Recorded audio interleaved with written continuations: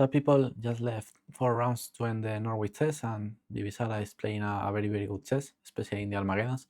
And in the 7 rounds, he faced one of the higher rated players of the war, Thuginer. So let's see what happened in this game. Okay, Divisara opened with d4, d5 by Thu, c4, e6, knight f3, knight f6, knight c3, bishop e7. Yesterday against Hampy, he played this idea in the previous round with success in the Armageddon, but for this game he decided to play as bishop f4, another normal move, short castle, and Bibisara as always is coming with not novelties but side moves in the opening, trying to surprise her opponent, sorry, and she played queen c2, who is not the most common move. e3 is more natural. By the way, queen c2 of course have sense, and she had the move well prepared. Okay, and here the best move to face queen c2 is with c5. It's very logical because black is just 3 tempos away from the sword castle, so it's logical to break the center when our opponent have the king in the center and he's so far from the castle. And look like here c5 have no problem and is equalizing the game perfectly. For the reason is that bishop f4 and queen c2 here, that's the machine doesn't like, because c5 looks very natural.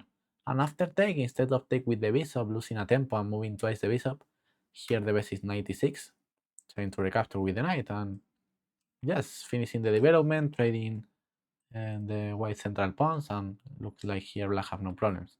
Because okay, in the queen's pawn, one of the white advantages is that he have more space in the center, and the other can be the development. But in general, if we manage to trade the both white central pawns, the C and D pawn, for this C and D black pawns, and we are now so down in development, we are fine.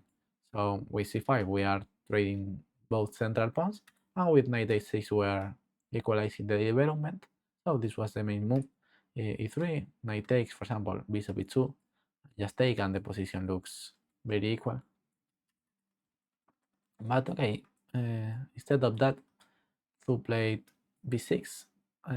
I think that this is a weak move, because now white have the option of entering a cashback, but with the pawn on b6, who have no sense. So I don't like b6 for a reason. Fujiner take with the knight, because the takes and the, yes, like I said, this is a cashback, normal cashback, but the pawn on b6 makes that the black position is not good, have no sense, because the bishop here is going to be a little bit close. Sometimes this works and play c5, but in this sadly position doesn't work. So Thu, for that reason, try something with knight takes d5, but okay, this accelerate the white development with e4 here. Now I have the center and more development. Okay, black have some responses. She played the most direct move, bishop d4, avoiding white castle. Now the king is going to be in the center and white can castle, so bishop b4 have sense. The machine prefer just quiet moves like queen d7, but okay, white is slightly better here, of course, or queen a5 is another possibility. Yes, this is a active way for black to sacrifice the piece. Okay, black should play active because white have all the center. This piece is perfectly placed, especially the white center is very strong. But he is still without castle for the moment. So black should play fast to punish that. So for that reason, she tried bishop before, who, okay, it's not the best move according to the machine, but have a lot of sense keeping the white king in the center, king d1. Now queen e5 is not the best move. For example, queen d7 is another possibility, trying to go to a4, or queen c6. But okay, queen a5 is logical too. Until here the game is going more or less normal. Okay, white have these central pawns, but his king is in the center, so the position is more or less balanced.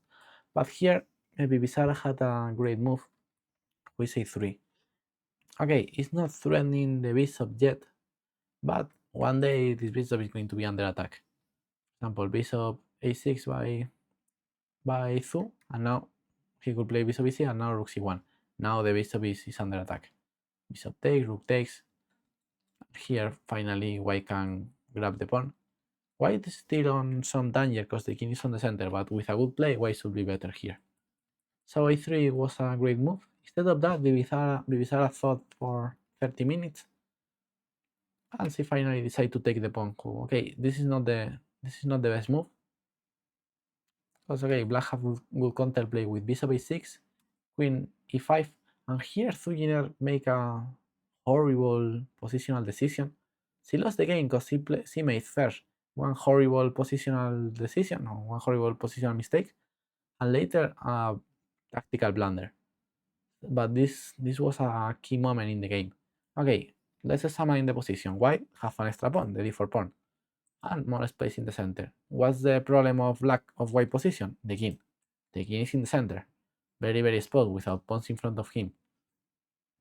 So if you are pawn down and your opponent have the king in the center, what you should make? If your opponent offers you a queen trade, keep the queens over the board.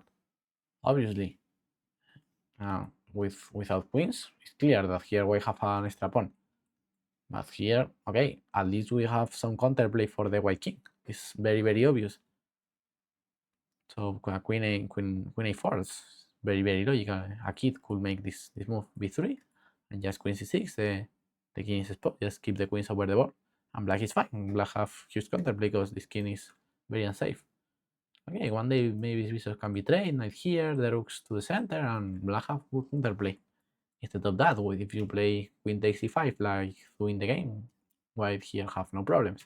Knight takes, bishop b7, bishop d3, bishop d6, king h2 here. Okay, the game.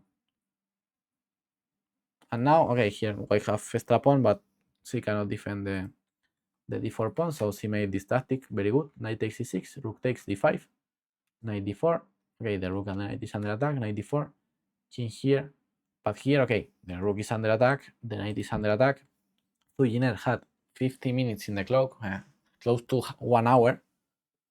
He could think a little bit and find the only good move. Okay, the rook is under attack. If you move the rook to any place, just king takes, and white have 2 extra pawns. So black can move the rook. So who is the only move? Knight f5. You cannot capture the knight, you are giving check. The king should be moved, and now we can move the rook to e5. The king cannot take the knight, of course. That's why we place the rook on d5, and after pawn takes, that's not the same that take here on d4 with the king. Now with king f4 and rook e5, if we take with the pawn, now black can take the d5 pawn. And this is not the same that have these 2 pawns here than just a double pawn and double extra pawn on f5. Okay, while it still is having the advantage and is putting pressure, but we just have 1 extra pawn and the pawn is double. So the black is still being on the game, of course.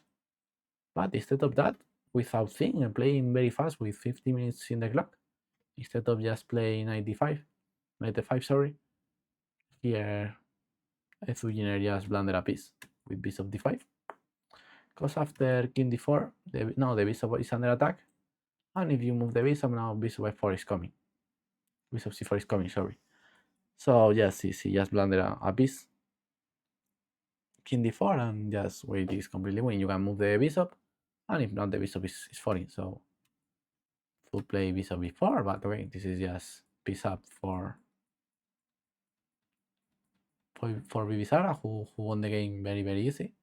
So horrible game, but Thujener, who first made a positional mistake trading queens in a position where her opponent have the king exposed, and later she blundered a bit. So easy win for Bibisara, who remains be the leader of the tournament. They just left in 3 rounds, so let's see if Bibisara managed to finally win the tournament. Bye bye.